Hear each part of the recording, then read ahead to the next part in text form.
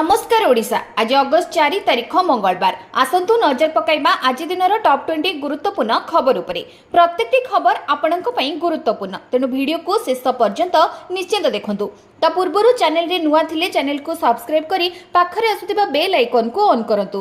प्रत्येक दिन सुप्रभातर प्रथम खबर सर्वप्रथमे देखिबा पई। तेबे आसंतु आजर संपूर्ण खबर उपरे नजर पकाइबा।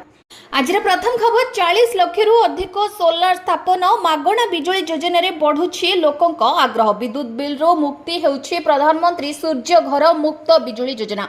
देश रे एही योजना अधीन रे रूफटॉप सोलार लगाइतबा लक्ष लक्ष परिवार एबे शून्य विद्युत बिल रो सुविधा पाउछथि।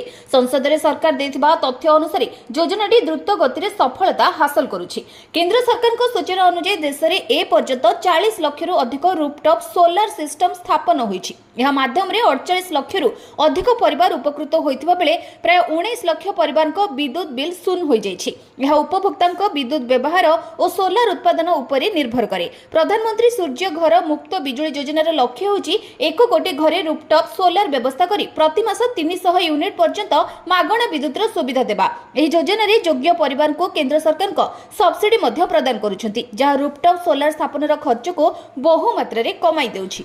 परवर्ती खबर बाजार रे हलचल। फूड डिलीवरी बाजार को एंट्री करिबो फ्लिपकार्ट, जोमाटो, स्विगी को कड़ा टक्कर। ई कॉमर्स कंपनी फ्लिपकार्ट वर्तमान खाद्य वितरण व्यवसाय को ओल्हाइबा पई प्रस्तुति चलाइछि। कंपनी पाखापाखि अगस्त 15 तारिख रु बेंगालुरु रे निजर फूड डिलीवरी सेवा आरंभ करिपारे। एथि पई कंपनी शहरर अनेक रेस्टोरेंट को निज प्लेटफॉर्म सह जोड़िबा मध्य आरंभ कर दैछि। मीडिया रिपोर्ट अनुसार फ्लिपकार्ट रो एही प्रवेश एभली एक समय रे हेउछि जेतेबेले भारतीय फूड डिलीवरी बाजार रे ए पर्यंत जोमाटो एवं स्विगी रो प्रभाव रहि आसिछि। तथापि सांप्रतिक मास गुडी करे रैपिडो मध्य निजर फूड डिलीवरी प्लेटफॉर्म ओनली जरिया रे एही बाजार रे हलचल सृष्टि करछि। रेस्टोरेंट गुडी को आकर्षित करबा पई फ्लिपकार्ट एक बड़ पदक्षेप नेछि। कंपनी सेमानक ठारू मात्र प्राय 10% कमिशन नेबाको योजना करूछि। वर्तमान जोमाटो एवं स्विगी साधारण रेस्टोरेंट गुडी को ठारू 16% रु 30% पर्यंत कमिशन निथांती। एभली परिस्थिति रे फ्लिपकार्ट रो कम कमिशन मॉडल छोट एवं बड़ उभय प्रकार रेस्टोरेंट पई लाभदायक साब्यस्त होई परिबो। परवर्ती खबर राज्यर समस्त स्कूल रे बाध्यतामूलक सुरक्षा ऑडिट। छात्र छात्रीक सुरक्षा उपरे फोकस। शिक्षानुष्ठान रे सुरक्षा को सर्वाधिक गुरुत्व। चलित मासरे राज्यव्यापी स्कूल सुरक्षा सप्ताह पालन कराजिबो। समस्त विद्यालय रे सुरक्षा ऑडिट बाध्यतामूलक हेबो। राज्यर समस्त विद्यालय रे छात्र छात्रीक सुरक्षा को सर्वोच्च प्राथमिकता दे चलित अगस्त मासरे स्कूल सुरक्षा सप्ताह 2026-27 पालन करबाकू Odisha school education programme authority निर्देश जारी करिछि। एहा सह समस्त सरकारी विद्यालय रे संरचनात्मक और अणसंरचनात्मक सुरक्षा ऑडिट संपूर्ण करने को समस्त जिलापाल को कहुଯାଇଛି। स्कूल सुरक्षा सप्ताह अवसर में विपर्यस्त प्रस्तुति, अग्नि निरापत्ता, प्राथमिक चिकित्सा, शिशु सुरक्षा, परिमल व्यवस्था, सचेतनता कार्यक्रम एवं जरूरीकालीन परिस्थिति में करणीय संपर्कित विभिन्न कार्यक्रम आयोजन कराजिबो। परवर्ती खबर बढ़ी पेट्रोल एवं डीजेल रेट। जानतु आजिर दाम। आज मध्य पेट्रोल और डीजेल दर रे कोनोसी परिवर्तन होई नाही। आज भुवनेश्वर पेट्रोल दर 109 टंका 33 पैसा रहितबा बेले डीजेल दाम प्रति लिटर पिछा 101 टंका 2 पैसा रहिछि। सेपरि दिल्ली रे पेट्रोल लिटर पिछा 102 टंका 12 पैसा और डीजेल दर 95 टंका 20 पैसा होइछि। मुंबई रे पेट्रोल लिटर पिछा 111 टंका 21 पैसा होइतिबा बेले डीजेल लिटर पिछा 97 टंका 83 पैसा रहिछि। सेपरि कोलकाता रे पेट्रोल दर 113 टंका 51 पैसा थिबा बेले डीजेल दर 99 टंका 82 पैसा रहिछि। चेन्नई रे पेट्रोल दर 107 टंका 77 पैसा थिबा बेले डीजेल दाम 99 टंका 71 पैसा रहिछि। परवर्ती खबर इन जाय राज्य रे वर्षा संभावना। आज 17 जिला को येलो वार्निंग जारी। पुणी बढ़िबो वर्षा। 9 तारिख जाय राज्य रे वर्षा संभावना। बिजुली घड़घड़ी सह वर्षा पाई 17 जिला को येलो वार्निंग जारी करिछि पाणीपाग विभाग।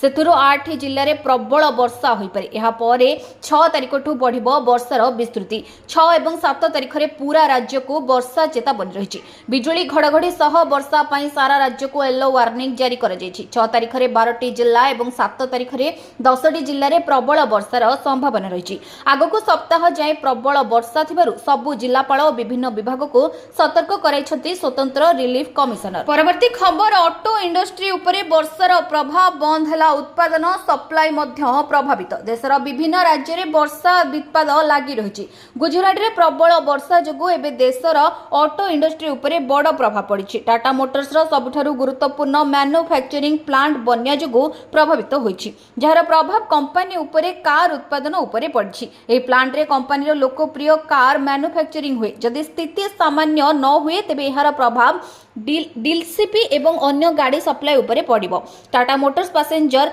भेहिकल लिमिटेड स्टॉक एक्सचेंज पक्षर सूचना मिली कि गुजरात साणंद स्थित प्लांट और आखपाखे अनेक सप्लाई यूनिट रे बन्या जोगु काम प्रभावित होइछि। अनेक दिनर प्रबल वर्षा जोगु फैक्ट्री रे गाड़ी प्रोडक्शन बंद पड़ी।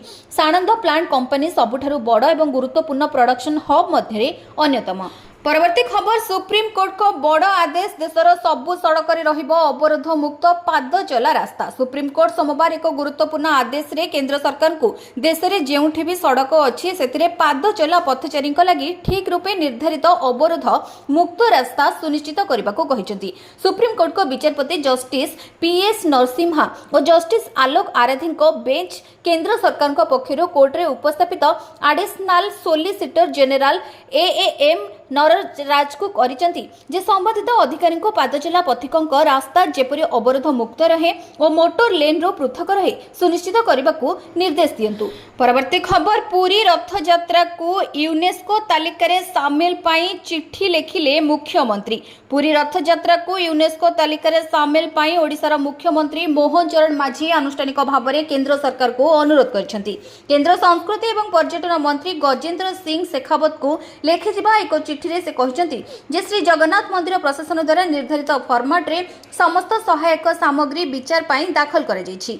मु पुरी श्री जगन्नाथ मंदिर प्रशासन द्वारा प्रदान कर जाउथिबा प्रस्ताव प्रति आपणकर दृष्टि आकर्षण करबा को चाहूछि, जेउथिरे श्री जगन्नाथ को रथ यात्रा को यूनेस्को रो मानवतार अमृत सांस्कृतिक ऐतिह्य तालिका रे लिपिबद्ध करबा पई पुरी रो श्री जगन्नाथ रथ यात्रा को मनोनीत करबा पई प्रस्ताव दे जाइछि। रथ यात्रा केवल एक धार्मिक उत्सव नुहे बरं एक कालजयी सभ्यता जहां भारतर सांस्कृतिक विधिवता अंतर्भुक्ति आध्यात्मिकता कारीगरी संगीत नृत्य एवं सामुदायिक अंशग्रह को प्रतिफलित करे। शताब्दी शताब्दी धरी पालित यह महोत्सव विश्वर लक्ष लक्ष भक्त एवं पर्यटकों को आकर्षित करे एवं भारतर जीवंत ऐतिह्यर सबुठारु स्थायी प्रतीक भाव में उभा बोली से प्रकाश करछंती।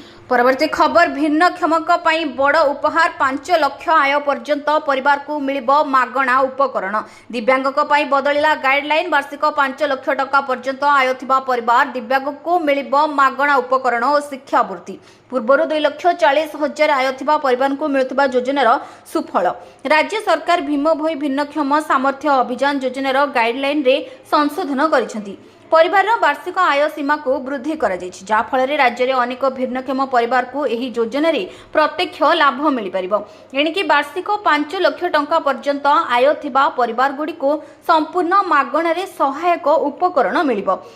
जो परिवार वार्षिक आय 5 लाख रु 10 लाख टंका मध्य सेमानंकु भिन्नक्षम उपकरणर मोट मूल्यर मात्र 25% अर्थ देबाको पड़िबो। आ 10 लाख रु अधिक वार्षिक आय थिबा परिवार गुड़ी को मोट खर्चर 50% बहन करने को हेबो बोली उल्लेख रही। परवर्ती खबर, ईपीएफ को नहीं आसला बड़ खबर। बहु दिन धरी विभिन्न कर्मचारी संगठन गुड़िक ईपीएस दरमा सीमा वृद्धि दाबी को अर्थ मंत्रालय संप्रति अनुमोदन करिछि। एही निष्पत्ति कर्मचारी मानक पई बेस गुरुत्वपूर्ण, कारण यह सेमानकर भविष्य नीति पांठी सहित जड़ित पेंशन संचय को अधिक परिमाण में संग्रह करने को सक्षम करिवो। केंद्र सरकार ईपीएफ एवं ईपीएस पई दरमा सीमा वृद्धि करने को प्रस्तुत होउछंती। अर्थ मंत्रालय एही अवसर पांठी पई मासिक दरमा सीमा 15,000 रु 25,000 को वृद्धि करने एक प्रस्ताव को अनुमोदन करिछि।